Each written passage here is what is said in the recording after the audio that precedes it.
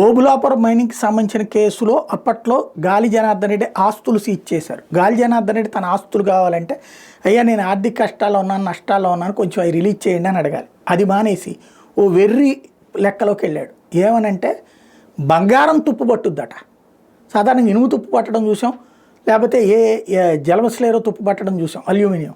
అట్లా కాకుండా ఈ బంగారం తుప్పు పట్టిపోతుందంటూ ఓఎంసీ కేసులో భాగంగా తన ఇంటి నుండి స్వాధీనం చేసుకున్న 53 కిలోల బంగారు నగలు తుప్పు పట్టిపోతాయంటూ గాలి జనార్దన్ రెడ్డి ఆందోళన వ్యక్తం చేస్తూ ఆయన కుమార్తె బ్రాహ్మణి, కుమారుడు జి కిరీట్ రెడ్డి పిటిషన్లు దాఖలు చేశారు.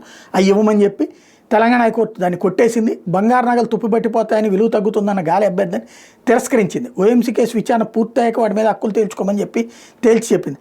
అక్రమ మైనింగ్ ద్వారా 884 కోట్ల ప్రజాధనం కొలగొట్టారన్న సిబిఐ నమోదు చేసిన కేసు నేరపూరిత సొమ్ముతో కొన్న నగల మీద ఈడీ కూడా హక్కులు కోరుతోందని, అందువల్ల ఈ దిశలో సీజ్ చేసిన వాటిని అప్పగించాలన్న ఉత్తర్వులు ఇవ్వలేమని తేల్చెప్పింది.